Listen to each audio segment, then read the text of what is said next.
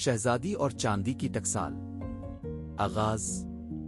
ایک زمانے میں ایک بہت خوبصورت اور دولت مند سلطنت تھی۔ یہ سلطنت سونے اور چاندی کی چیزوں کے لیے مشہور تھی، لیکن ایک دن بہت بڑا مسئلہ پیش آیا۔ سلطنت کی چاندی کی ٹکسال سے سب چاندی غائب ہو گئی۔ یہ خبر سب لوگوں تک پہنچ گئی اور شہر میں خوف کی فضا ہو گئی۔ سلطان بہت پریشان ہو گیا۔ کوئی نہ کوئی اس رہسی کو حل کرنا ضروری تھا۔ کرداروں کا تعارف۔ اس سلطنت میں ایک بہادر شہزادی کا نام علیزے تھا۔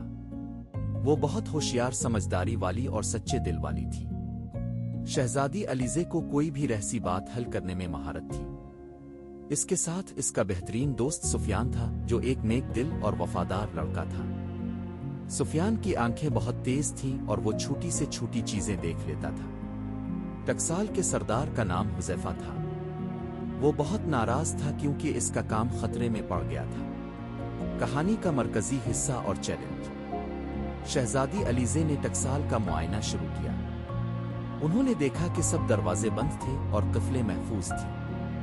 سفیان اور علیزے ٹکسال کے ہر کونے میں گئے۔ انہوں نے دیواریں، فرش اور چھتیں دیکھی۔ تینوں دن تک یہ کام کرتے رہے۔ حذیفہ کو بھی شک تھا کہ ہو سکتا ہے کوئی اندر سے چوری کر رہا ہو۔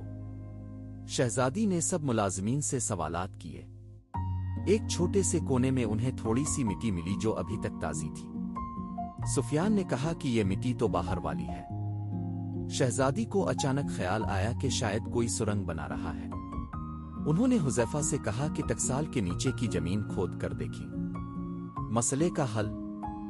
جب حذیفہ نے نیچے کی خاک کھودی تو ایک بہت بڑی سرنگ دکھائی دی۔ اس سرنگ سے شہر کے بہت پرانے حصے تک جانے والا راستہ تھا۔ علیزے اور سفیان اس سرنگ میں گئے۔ وہاں انہوں نے دیکھا کہ ایک بوڑھا شخص چاندی کے ڈبے نیچے دفن کر رہا تھا۔ اس شخص کا نام روحان تھا۔ وہ پہلے ٹکسال میں کام کرتا تھا لیکن اسے نکال دیا گیا تھا۔ روحان غصے میں آ کر یہ سب کر رہا تھا۔ شہزادی نے اسے سمجھایا اور سلطان سے کہا کہ روحان کو دوبارہ اپنی پرانی جگہ دے دیں۔